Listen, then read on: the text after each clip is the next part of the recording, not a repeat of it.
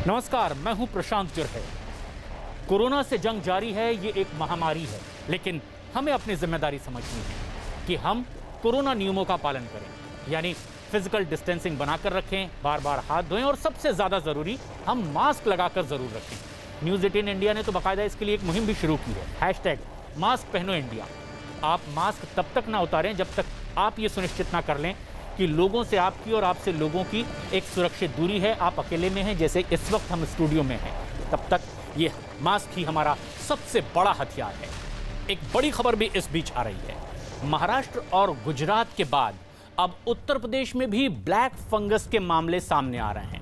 पूरे राज्य में इस नई बीमारी के अब तक 10 मामले सामने आ चुके हैं। राजधानी लखनऊ के अलावा मेरठ और मुजफ्फरनगर में ब्लैक फंगस के मरीज सामने आए। मेरठ में इस जानलेवा बीमारी के 3 मरीज मिले। तीनों मरीज दूसरी जगहों से यहां पर रेफर किए गए थे।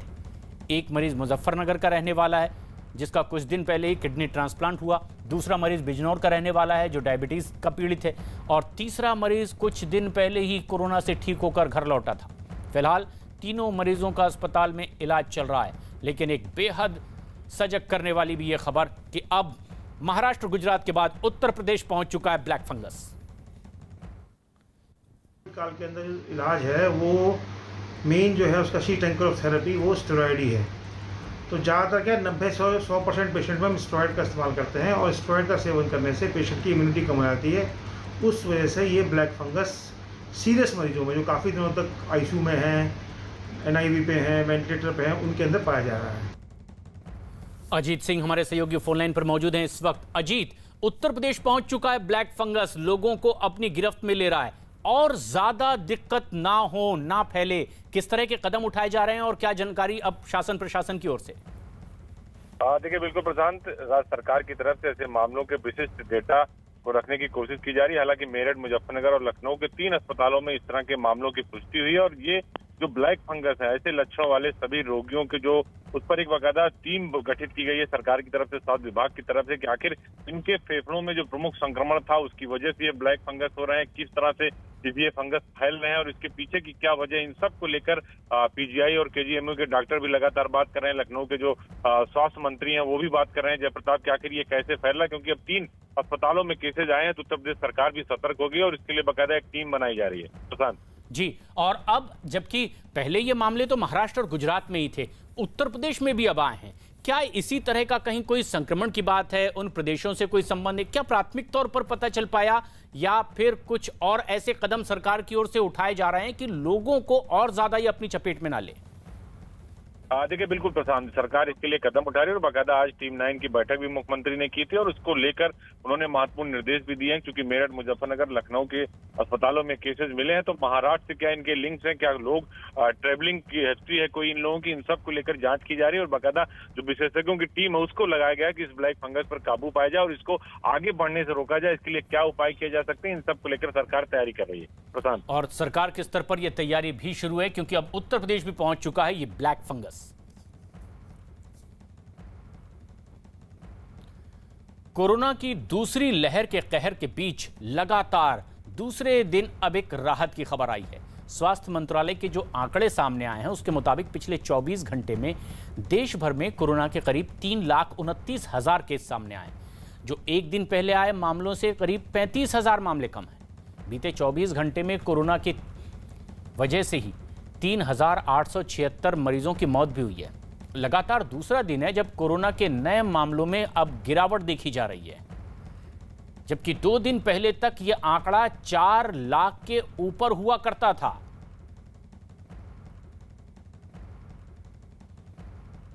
कोरोना वायरस के बढ़ते संक्रमण के बीच उत्तर प्रदेश से भी एक राहत की खबर। उत्तर प्रदेश में नए केस की तुलना में ठीक होने वालों की संख्या अब ज्यादा होती दिखाई दे रही है, इसमें इजाफा हुआ है। उत्तर प्रदेश में पिछले 24 घंटे में कोरोना के 29,709 मरीज ठीक हो गए। वहीं एक दिन में ही 21,331 नए मामले भी सामने आए हैं। 24 घंटे में कोरोना की वजह से 278 लोगों की उत्तर प्रदेश में मौत भी हुई है। तो कुल मिलाकर एक्टिव मरीजों की संख्या उत्तर प्रदेश में जितनी है उसमें भी कमी देखी जा रही है। उत्तर प्रदेश में 2,25,000 एक्टिव मरीज हैं, जो कि कल के मुकाबले में 8,000 कम बताए जा रहे हैं।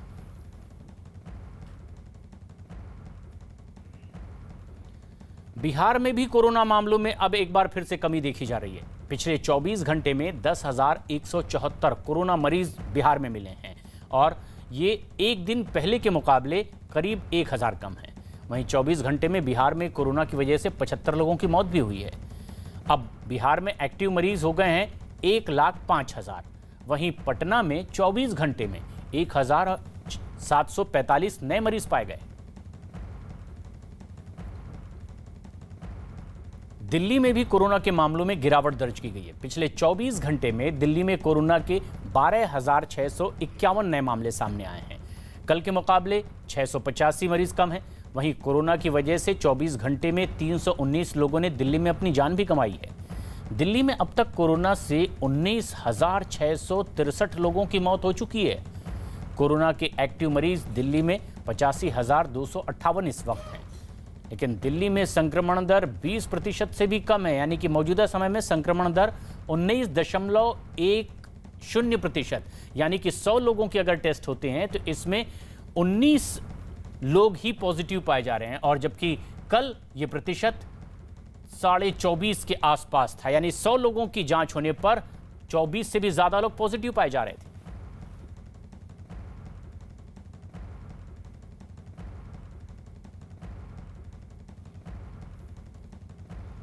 महाराष्ट्र से कोरोना को लेकर एक राहत देने वाली खबर आ रही है। महाराष्ट्र में कोरोना के मामलों में अब कमी आई है। ये एक ऐसा प्रदेश जहां तेजी से कोरोना के मामले बढ़ते चले गए थे और देश में एक वक्त ऐसा आया था जब पूरे देश से आधे से ज्यादा मामले महाराष्ट्र से हुआ करते थे। लेकिन अब एक राहत की खबर, 24 घंटे में महाराष्ट्र में कोरोना के अब 37,236 मामले ही सामने आए। मरीजों की यह संख्या एक दिन पहले के आंकड़े से एक बार फिर करीब 9,000 कम है। महाराष्ट्र में कोरोना वायरस के संक्रमण से 24 घंटे में 549 लोगों ने हालांकि अपनी जान भी गंवाई है। अब महाराष्ट्र में कोरोना के कुल मामले अब तक 51,38,000 के पार पहुंच चुके हैं, जबकि कुल मिलाकर 61,607 मरीज 24 घंटे में ठीक होकर अपने घर भी गए हैं। मुंबई में ही एक दिन पहले जो रिकॉर्ड आंकड़ा आया था उसमें भी कमी आई है और एक दिन में मुंबई में 1,782 नए मामले सामने आए, जबकि 74 लोगों की मुंबई में कोरोना से मौत भी हुई 24 घंटे के भीतर। इससे पहले मुंबई में 2,403 मामले सामने आए थे। फिलहाल मुंबई में अकेले इस शहर में 45,534 एक्टिव कोरोना के मरीज हैं।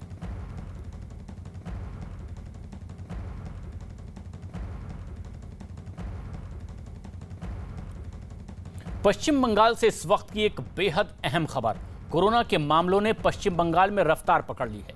पिछले 24 घंटे के भीतर ही पहली बार 19,445 नए मामले सामने आए पश्चिम बंगाल में। अब तक का ये प्रदेश का सबसे बड़ा आंकड़ा है। तो वहीं इस दौरान पश्चिम बंगाल में 24 घंटे में 134 लोगों की कोरोना से मौत भी हो गई है। इस वक्त पश्चिम बंगाल में कोरोना से हुई मौत का आंकड़ा 12,461 हो गया है। लेकिन राहत की बात यह है कि इन 24 घंटों के भीतर 18,675 मरीज ठीक होकर अपने घर भी लौटे।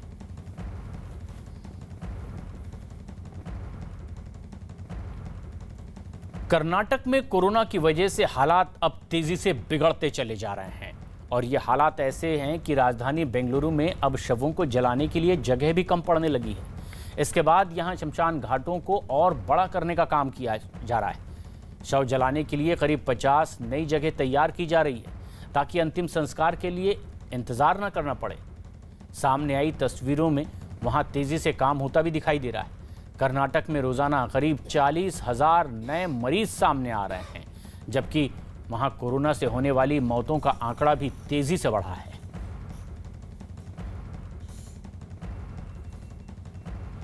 दिल्ली के पास हरियाणा के फरीदाबाद में अटल बिहारी वाजपेयी मेडिकल कॉलेज को कोरोना मरीजों के लिए तैयार कर दिया गया है। थल सेना के वेस्टर्न कमांड के जरिए तैयार किए गए 100 बेड के अस्पताल में मरीजों के लिए ऑक्सीजन सिलेंडर, वेंटिलेटर और एम्बुलेंस के अलावा सभी जरूरी सुविधाएं मुहैया कराई जा रही हैं। साथ ही साथ इस अस्पताल में सेना के डॉक्टर होंगे, नर्सिंग स्टाफ और दूसरे कर्मचारियों को भी तैनात किया गया है। इससे पहले सेना ने चंडीगढ़ में भी पंजाब यूनिवर्सिटी के इंटरनेशनल हॉस्टल को कोरोना अस्पताल में तब्दील कर दिया था और प्रशासन को यह अस्पताल बनाकर सौंप दिया गया, जबकि पटियाला में 83 बेड वाला अस्पताल बनकर पूरी तरह से तैयार है। यह अस्पताल 12 मई यानी कि बुधवार को ही शुरू होगा। कोरोना के मौजूदा हालात को देखते हुए लगातार नए अस्पतालों को बनाने का काम जारी है। इस वक्त हम लोग फरीदाबाद के अटल बिहारी वाजपेयी मेडिकल कॉलेज में मौजूद है, जहां पे सेना ने एक नया 100 बेड का कोरोना हॉस्पिटल तैयार किया है। ये हॉस्पिटल जो है पूरी तरीके से जो 100 बेड हैं वो सारे के सारे ऑक्सीजनेटेड हैं और हम आपको दिखाएंगे कि किस तरीके से इस नए अस्पताल को तैयार किया गया है, किस तरीके से यहाँ पे एडमिशन होंगे। इस वक्त ये शुरू हो चुका है, लेकिन अभी तक पेशेंट जो है आना शुरू नहीं हुए हैं, क्योंकि इस अस्पताल में पेशेंट वही आ पाएंगे जो कि डिस्ट्रिक्ट के सीएमओ जिनको रेकमेंड करेंगे। हर किसी के लिए नहीं खुला है, यानी कि हर कोई इस अस्पताल में आके जो है दाखिला नहीं ले सकता है। पहले आपको सीएमओ के पास जाना पड़ेगा, उसके बाद ही जो है दाखिला होगा। हम लोग पहुंच चुके हैं उस सेकंड फ्लोर पे इस हॉस्पिटल के, जहाँ पे कि कोरोना का ये हॉस्पिटल तैयार किया गया 100 बेड का हॉस्पिटल है। सबसे पहले ये एक फीमेल वार्ड है। यहाँ ख़ास बात यह है कि मेल और फीमेल दोनों को अलग अलग रखा जाएगा। दोनों के वार्ड अलग हैं और आप देख सकते हैं कि पहले वार्ड में आप अभी फ़िलहाल ये पूरा हॉस्पिटल जो है खाली है, बेड सारे तैयार हैं, बस इंतज़ार हो रहा है कि जैसे ही सीएमओ परमिशन देंगे तो मरीज़ यहाँ पे आना शुरू कर देंगे। वेंटिलेटर्स की व्यवस्था की गई है, हालांकि बहुत ज़्यादा वेंटिलेटर यहाँ पे है नहीं, लेकिन 30 वेंटिलेटर मंगाए गए हैं। 100 बेड का अस्पताल है ये। पूरा अस्पताल जो है हर बेड पे ऑक्सीजन है और कोशिश यही है कि यहाँ जो भी आए उसको ऑक्सीजन, वो सारी चिकित्सा सुविधाएं मुहैया कराई जा सकें। रक्षा मंत्री राजनाथ सिंह लखनऊ पहुंचे और वहां हज हाउस में बनाए गए अस्पताल का दौरा उन्होंने किया। हज हाउस में यह अस्पताल कोरोना मरीजों के इलाज के लिए तैयार किया गया है। इस अस्पताल में मरीजों के लिए ऑक्सीजन सिलेंडर और वेंटिलेटर समेत तमाम सुविधाएं दी गई है। इस मौके पर राजनाथ सिंह ने राज्य के मुख्यमंत्री योगी आदित्यनाथ की भी जमकर तारीफ की है, जिस तरह से उन्होंने कोविड काल में काम किया है। उन्होंने कहा कि मुख्यमंत्री ने कोरोना की रोकथाम के लिए कई अहम कदम उठाए।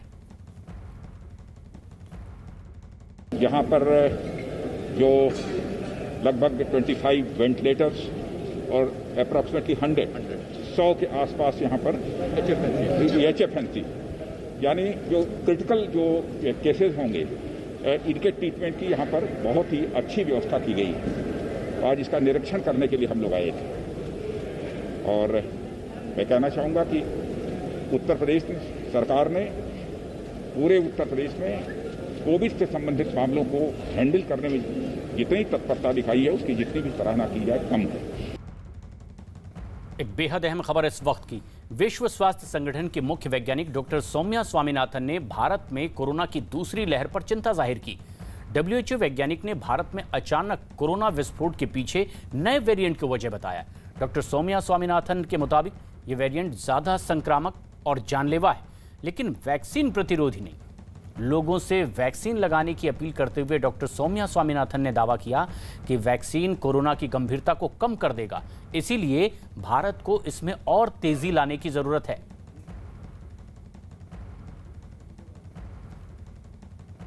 आंध्र प्रदेश से एक दिल दहला देने वाला मामला सामने आया। आंध्र प्रदेश में तिरुपति के रुइया सरकारी अस्पताल में 11 कोरोना मरीजों की ऑक्सीजन की कमी की वजह से मौत हो गई। मुख्यमंत्री वाईएस जगनमोहन रेड्डी ने घटना की जांच के आदेश दे दिए। वहीं इस घटना के बाद मुख्यमंत्री आज अस्पताल का दौरा कर सकते हैं, हालात का जायजा ले सकते हैं कि क्या वाकई ये आरोप सही हैं। अगर हैं तो ये बेहद गंभीर आरोप हैं और ऐसे में जिम्मेदार लोगों पर कार्रवाई हो सकती है।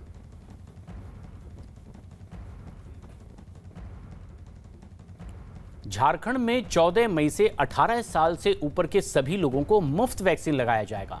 वैक्सीनेशन को तेज रफ्तार देने के लिए झारखंड के मुख्यमंत्री हेमंत सोरेन ने मुफ्त वैक्सीन लगाने का ऐलान किया है। झारखंड में कोरोना तेजी से बढ़ रहा है और इसी वजह से राज्य सरकार की तरफ से कई तरह की सख्त पाबंदियों का ऐलान किया गया है।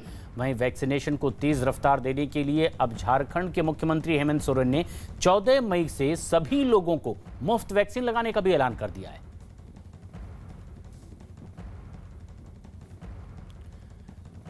चेन्नई के एक सरकारी अस्पताल में कोरोना के इलाज के इस्तेमाल होने वाले रेमडेसिविर इंजेक्शन लेने के लिए लोगों की भारी भीड़ जुट गई। इंजेक्शन लेने के लिए लोगों में होड़ मची दिखाई दी। कई लोग तो रेमडेसिविर लेने के लिए धक्का मुक्की करते हुए एक दूसरे पर चढ़ते हुए भी दिखाई दिए। भीड़ में शामिल लोगों को कोरोना का कोई खौफ नजर नहीं आया। इंजेक्शन लेने के चक्कर में लोगों ने कोरोना नियमों की जमकर धज्जियां उड़ाई है।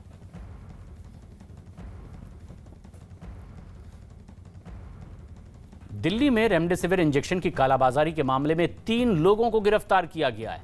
हालांकि इन लोगों के पास से रेमडेसिविर की कई डोज भी बरामद कर ली गई है। पुलिस को इस इंजेक्शन के कई गुना दामों पर बेचे जाने की जानकारी मिली और इसके बाद पुलिस ने एक टीम बनाई और नकली ग्राहक बनकर आरोपियों से संपर्क किया। आरोपियों ने 32,000 रुपए में एक इंजेक्शन का सौदा तय किया, लेकिन जैसे ही आरोपी इंजेक्शन देने के लिए वहां पहुंचे, पुलिस ने उन्हें गिरफ्तार कर लिया। पुलिस के मुताबिक गिरफ्तार आरोपी अलग अलग अस्पतालों में काम करते हैं और वो वहां के मरीजों के लिए लाए गए रेमडेसिविर इंजेक्शन चुरा लेते थे और फिर उसके बाद ऊंचे दामों पर कालाबाजारी करते हुए बाहर दूसरे मरीजों को बेचा करते थे।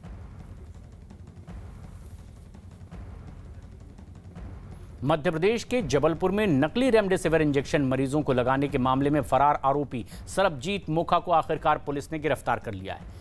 आरोप यह है कि मोखा ने अस्पताल में भर्ती करीब 500 मरीजों को नकली रेमडेसिविर इंजेक्शन लगवा दी, जिसका पता चलते ही प्रशासन में हड़कंप मचा और फिर कार्रवाई शुरू हुई।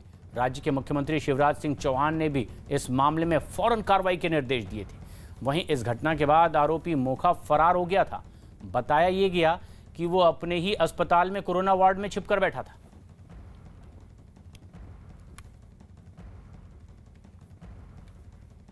और आखिरकार उस आरोपी को उसके ही अस्पताल से गिरफ्तार कर लिया गया, जहां वो कोरोना वार्ड में छिपकर बैठा हुआ था, लेकिन पुलिस उसे बाहर तलाश रही थी।